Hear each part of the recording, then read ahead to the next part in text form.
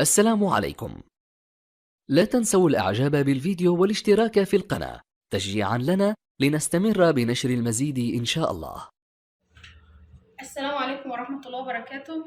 هنعمل النهاردة فطيرة بسيطة بالجبنة وهتعجبكم أوي. معانا كوباية ونص جبنة شيدر، نص كوباية زيتون مخلي ومتقطع، كوباية فلفل أخضر، فلفل أخضر بقى عندك فلفل ألوان أي حاجة ومتقطع، نص كوباية لانشون، ومعانا كوباية لبن ومعلقتين سمنة كبار حطينا عليهم معلقة صغيرة بيكنج باودر ونص معلقة ملح ونص معلقة سكر. هنعمل ونص كيلو جلاش. هنجهز بقى الخلطة. الجبنة هنحط عليها اللانشون والفلفل والزيتون وهنقلبهم مع بعض. دي الخلطة اللي هنحشي بقى الفطيرة بتاعتنا.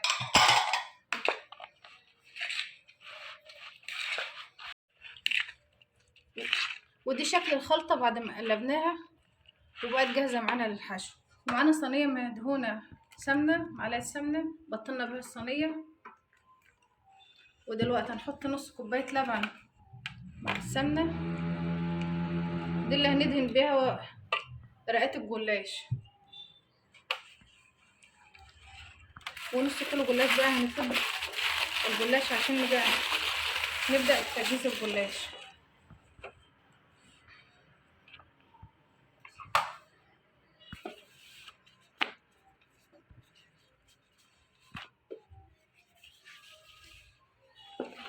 نحط الجلاش في الصينية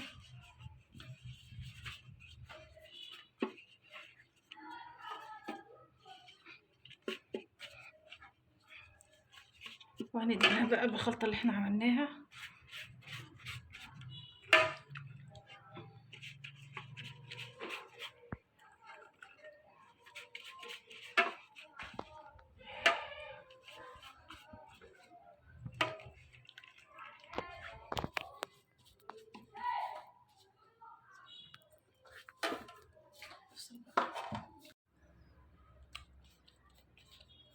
احنا فردنا الصينية ودهناها بالفرشة من الخلطة اللي احنا عاملينها زي ما انتم شايفين كده. ودلوقتي هننزل بالحشو بتاع الفطير. بسم الله الرحمن الرحيم. اللهم صل وسلم وبارك على سيدنا محمد خير خلق الله عليه الصلاة والسلام.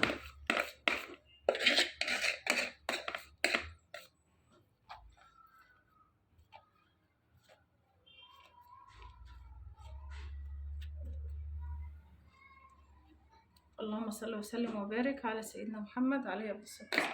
زي ما انتم شايفين كده هننزل بقى نقفل بقى الفطيرة.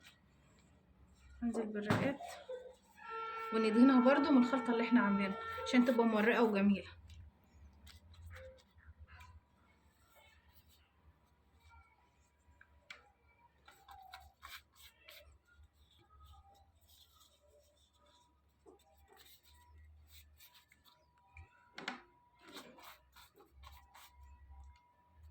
وهنقفل الرقات كلها زي ما انتم شايفين كده لحد ما تخلص معانا الصينية.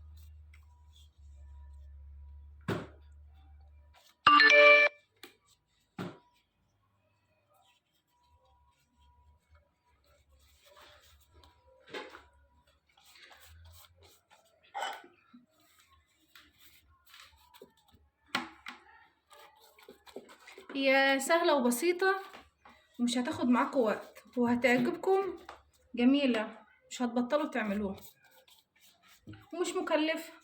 ممكن بنعملها بأي جبنة، جبنة شيدر، جبنة قريش، جبنة موتزاريلا، جبنة رومي، المتوفر عندي.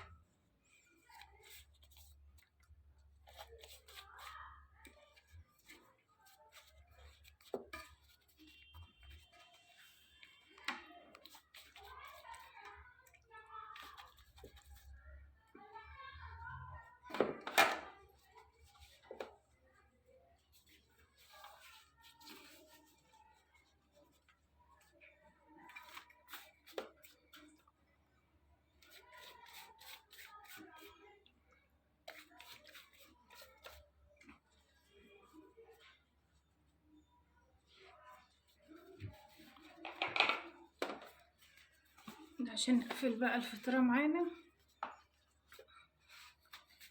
عشان يبقى شكل الفطيرة وش الفطيرة شكله جميل. هتشوفوا بقى انا هعمل ايه. هنحط رق كده والرق التاني عكسه.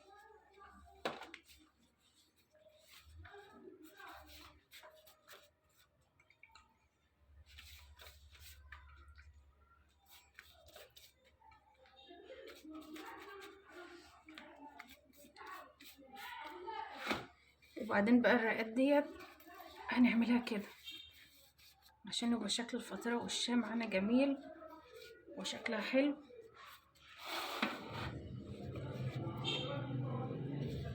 اكنها فطيرة بالظبط.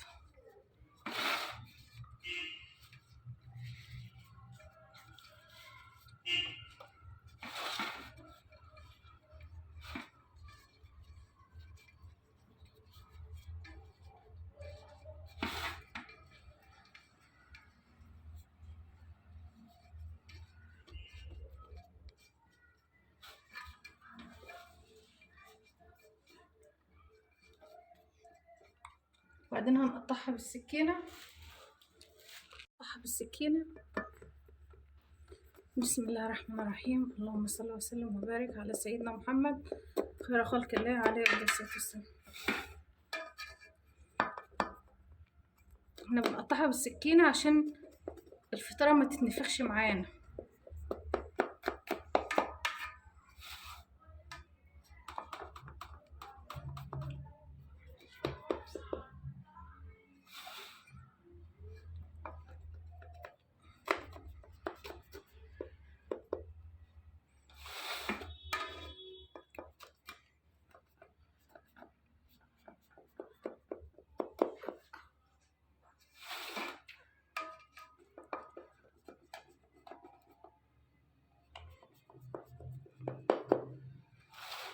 بعدين ندهن بقى وش الفطيرة بقية الخلطة اللي معانا.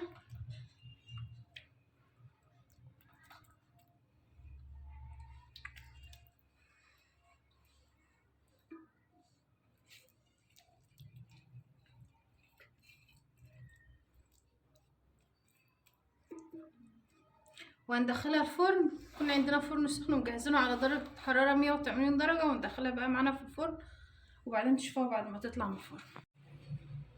ودي شكل الفطيرة بتاعتنا بعد ما طلعناها من الفرن. جميلة وريحتها تحفة ومقرمشة زي ما انتم شايفين كده. اللهم صل وسلم وزد وبارك على سيدنا محمد خير خلق الله عليه افضل الصلاة والسلام.